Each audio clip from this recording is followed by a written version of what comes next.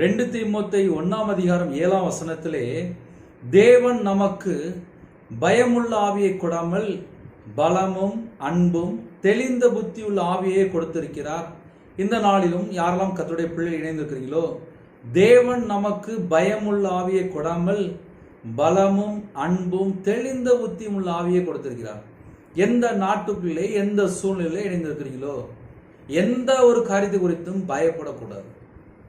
கர்த்தருடைய பிள்ளைகளுக்கு பலமுள்ள ஆவியை கொடுத்திருக்கிறார், அன்புள்ள ஆவியை கொடுத்திருக்கிறார், தெளிந்த புத்தி உள்ள ஆவியை கொடுத்திருக்கிறார். அப்ப நம்ம எந்த ஒரு காரியத்தை செய்யினாலும் தேவனுடைய சமூகத்திலே காத்திருந்து ஜெபிக்க வேண்டும். எப்படி ஜெபிக்கணும்? எனக்கு இந்த ஒரு காரியத்தை ஒரு பயம் வருதுப்பா, அந்த பயத்தை நீக்கி போடுங்க, நான் உங்க பிள்ளைப்பா, எனக்கு ஒரு பலன் தாங்கப்பா, அன்பினால நிரப்புங்கப்பா, எனக்கு ஒரு தெளிந்த புத்தியை தாங்கப்பா அப்படி சொல்லி தேவனுடைய சமூகத்தில் நம்ம தாழ்த்தி அர்ப்பணித்து ஜெபிக்கும் போது கண்டிப்பாக தேவன் நமக்கு சம்பூர்ணமாக நிரப்புவார்.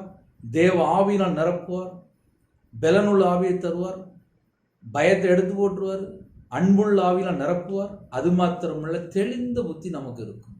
ஹல்லேலூயா. புதிய நாளுக்காக நம்ம எல்லாரும் வாக்குத்தத்தங்களை பெற்றுக்கொள்ள ஜெபிப்போமா? கண்களை மூடி நாம் ஜெபம் செய்வோம்.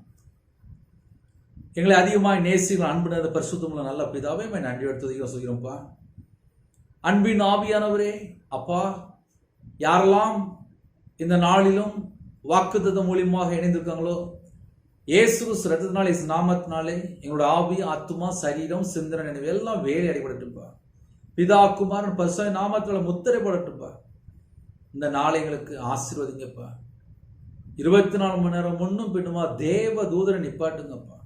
எந்த நாட்டுக்குள்ள எந்த சூழ்நிலை இணைந்திருக்காங்களோ எல்லாரையுமே உங்களுடைய ஜீவனுக்கு அர்ப்பணிக்கிறோம்ப்பா. எல்லா குடும்பத்தையும் கர்த்தர் வேலை அடைங்கப்பா. யாரெல்லாம் அர்ப்பணிக்கிறாங்களோ இந்த நாளிலும் சகலமான ஆசீர்வாதங்களை பெற்றுக்கொள்ளணும்ப்பா.